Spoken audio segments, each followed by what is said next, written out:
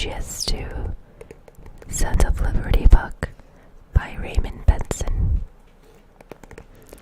And I'm going to be reading a chapter to you, so hopefully you guys enjoyed that.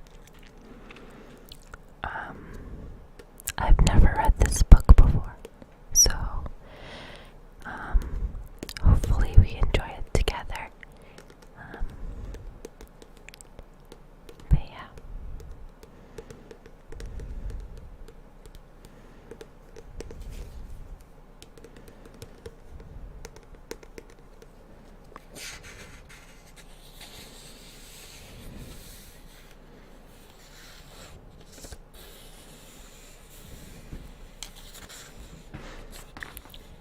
There goes my cats.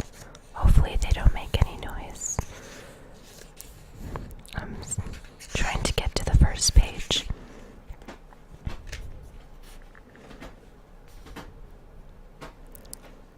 And this is why I can't make ASMR videos, because my cats tend to make a lot of noise in the background. The Hudson River. We had classified intelligence that a new type of metal gear was scheduled for transport. The whole thing stank, but our noses have been out in the cold too long. Solid Snake stood on the middle of the George Washington Bridge in the torrential downpour, overlooking the water below. The tanker USS Discovery was approaching and nearly at Snake's point of no return. Snake looked out from under the hooded rain poncho and eyed the traffic on the bridge moving in both directions. Just headlights, no other figures on the walkway. If any people in the vehicle saw him, they'd think he was just another suicide statistic. No cause for alarm.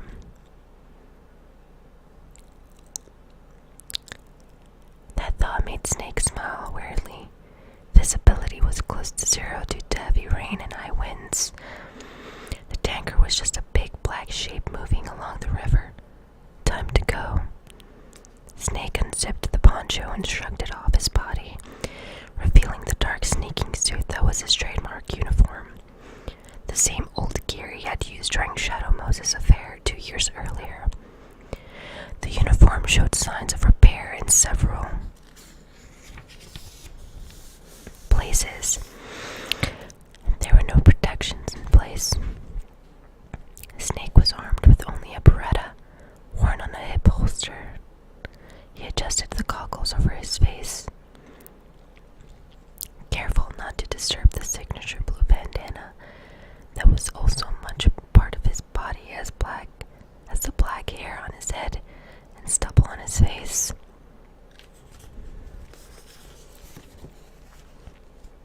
Snake checked the small parachute's harness and confirmed that it was snug. He then shimmied up the slippery supports using gloves that were made of special fabric that induced friction even when wet. He climbed onto the rail, stood upright, found his balance, and stretched out his arm to prepare for the dive. The Discovery's deck moved into position directly below the bridge.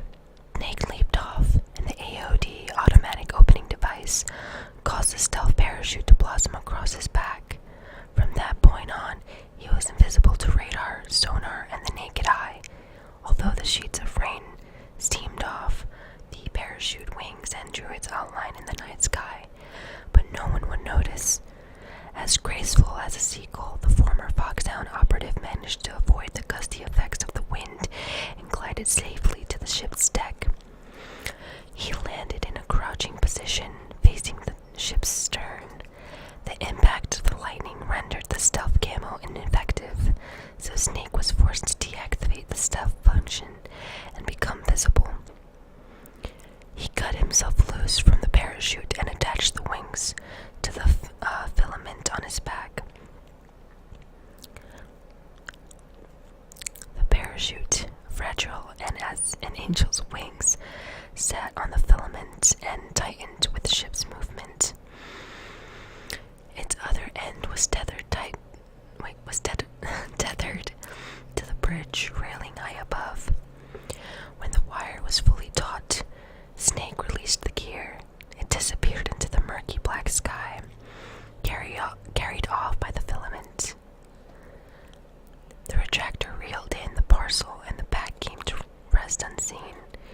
safety of the bridge.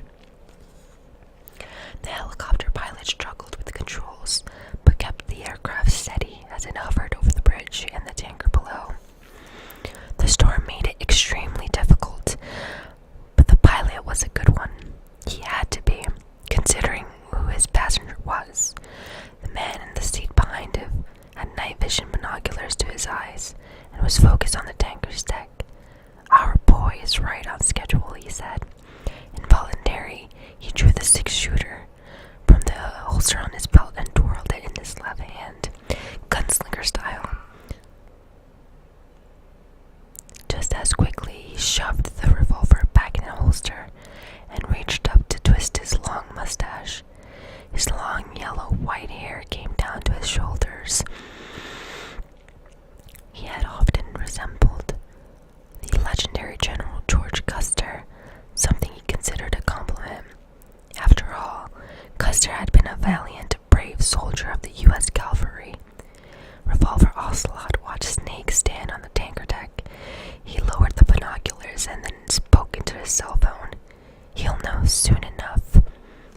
Snake moved behind the windlass and activated his codec. He punched in the memorized frequency on the device around his wrist. He waited for the face of his partner to appear on the codec screen. "This is Snake. Do you read me, Otacon?" The codifying satellite communication system incorporated anti-wiring coding, digital real-time burst communication, sonar utilization, and radar. Normal communication was instantly codified, compressed, and transmitted in a burst of 1 microsecond in length. However, Snake could receive it in real time, unscrambled and decoded.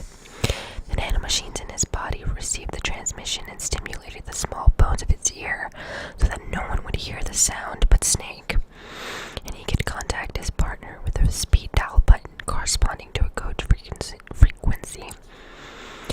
If necessary, he didn't need the actual codec on his wrist. The nanomachines could provide a conduit for conversation in his head, hands-free. Loud and clear, Snake. Otacon, aka Dr. Hal Emmerich, was probably the closest thing to a best friend that Snake had. They had met during the Shadow Moses ordeal, and since then had been working together. Although he was younger than Snake, Emmerich's brains and science background were the perfect pairing to the operative's more physical approach to things. "Kept you waiting, huh?" "I'm at the sneak point," Snake said. "Everything's going okay. The stealth camo's busted, landing impact.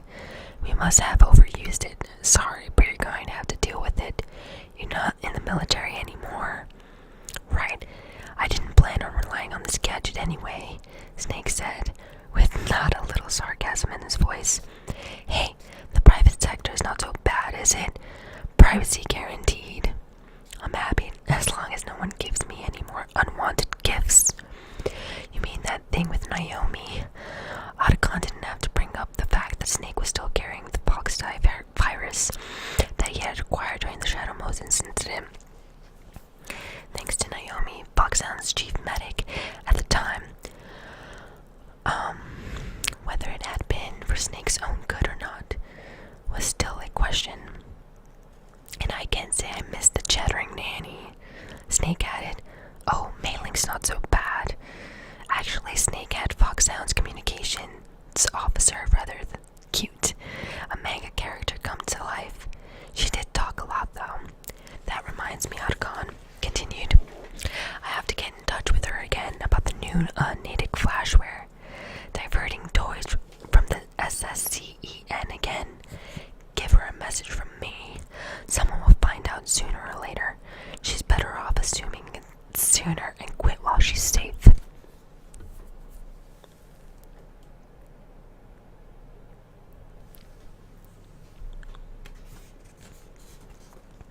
Too true. "Okay, Snake, let's get to work." Snake heard the faint sound of a helicopter. He looked up but couldn't see anything through the rain and darkness. You know how the technical specs of Metal Gear was sold on the black market after Shadow Moses? All Ocelot's doing, Snake answered. Exactly. And now, every state group in .com has its own version of Metal Gear. Not exactly a classified weapon for today's nuclear powers. Snake still had dreams, and sometimes nightmares, about his encounter with a gigantic mobile nuclear weapon launching system that walked like a transformer come to life. This new one seems to have been designed to wipe the floor with all the other models. The only consistent description is an amphibious anti-Metal Gear vehicle. And that explains why this one is under Marine Corps jurisdiction. Right. The mission objective is to take the visual confirmation of the new Metal Gear being transported by the tanker and bring back photographic evidence. But I want you first to go up to the top level of the infrastructure, to the bridge. That's Deck E.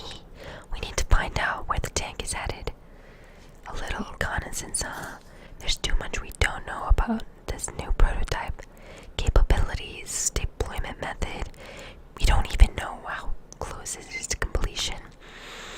If you know where the testing arena is, I can start to draw some reasonable conclusions. Alright, I'll head to the bridge ASAP. Try to avoid confrontations. Our goal is to collect evidence of Metal Gear development and expose it to the world. It would be best if you could get out of there without alerting anyone. Don't worry, I know the drill. We're not terrorists. Very good. Don't forget that you are a part of philanthropy. Now, Snake could hear the pride in Otacon's voice. He mouthed the exact words as Otacon repeated them for the 1000th time. We are an anti-Metal Gear organization and officially recognized by the UN. I know, recognized, but still fringe, Otacon. Alright. So how's your gear? Seems to have survived the jump. Your weapon is a tranquilizer gun converted from a Beretta M92F. It's a little hard to work with because you'll have to reload after each shot since the slides lock. It's better than scavenging at the site. It's got a good suppressor too. The chemical stun will take effect in a few seconds and last for hours. You can take down an elephant with that thing. The effects of the anesthetic round will vary depending on what part of the body is hit. We're talking about a difference of tens of seconds between hitting the limbs, chest, or head. Check out the laser sighting too. Snake grunted in disapproval. As for the equipment, Otacon did take a quick scan of Snake's suit using the codec sensors that were built into it. Cigarettes? Snake, what's wrong with you? Snake shrugged. It's kind of a lucky charm. With that, he immediately drew one out of his pack, lit it, and inhaled the smoke deeply. It relaxed him. You haven't read the Surgeon's General Warning, have you? Drop it, Otacon. Otacon shook his head and went on. Okay, your digital camera works almost the same way as your old one. It's just a matter of a few images we need, so just use it to get us the evidence of the new Metal Gear. Snake held the camera to his face and surveyed the tanker's superstructure and guard stations. A few maintenance workers dressed in rain gear were patrolling the 2nd, 4th, and 5th decks of the crew quarters. The camera's viewfinder zoomed in on the sentries. They don't look armed, Snake commented. Hey, Earth is a snake. These are nice, upstanding Marines, not terrorists. Don't get caught. You're in stealth mode from now. Sure, but if it comes to that, a little beauty sleep never hurt anyone. Snake moved to the viewfinder to another sentry. The men did indeed appear to be wet, bored Marines that were unlucky to pull deck duty during the storm, although they were not dressed in uniform. By the way, Otacon, are you sure of this intelligence? Absolutely. Hacked it out of the Pentagon's classified files myself. No traces. Oh, please.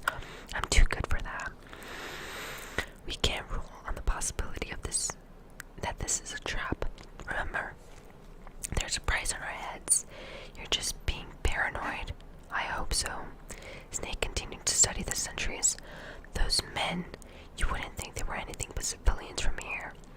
With all the ships passing on the river and in the harbor, putting uniformed Marines on the deck would be a bad idea. People can get a clear view of the water riverside too. With all the ships passing on the river and in the harbor, putting uniformed Marines on the deck would be a bad idea. People can clear view of the water from the riverside, too. It's a classified operation, Snake. No one's supposed to know that the Marines are on the tanker. A flash of lighting illuminated the sky enough to give Snake a view of the Discovery's port side. The waterline is too high, he said. According to the navigational plans, this ship should have discharged its cargo upriver. That's because the new metal gear is in there, Otacon answered. No doubt about it.